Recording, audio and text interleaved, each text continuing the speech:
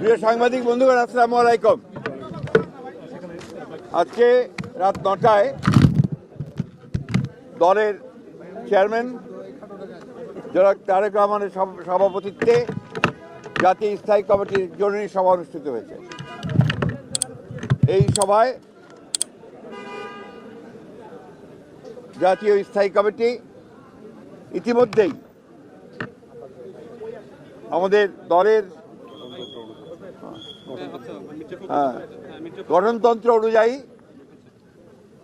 দলের ভারপ্রাপ্ত চেয়ারম্যান জনাব তারেক রহমান চেয়ারম্যানের দায়িত্ব গ্রহণ করায় সন্তোষ প্রকাশ করেছে, আলহামদুলিল্লাহ। এবং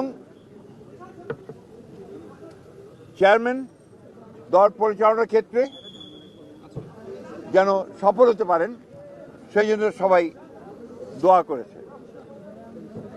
যে আমাদের গণতন্ত্রের মাতা, অবিসংবাদী নেত্রী এবং আমাদের আপসীর নেত্রী দেশনেত্রী বেগম খালেদা জিয়ার ইন্তেকালের পরে তার জানাজায় যে শরণার্থীর কালের বৃহত্তম জানাজা অনুষ্ঠিত হয়েছিল এবং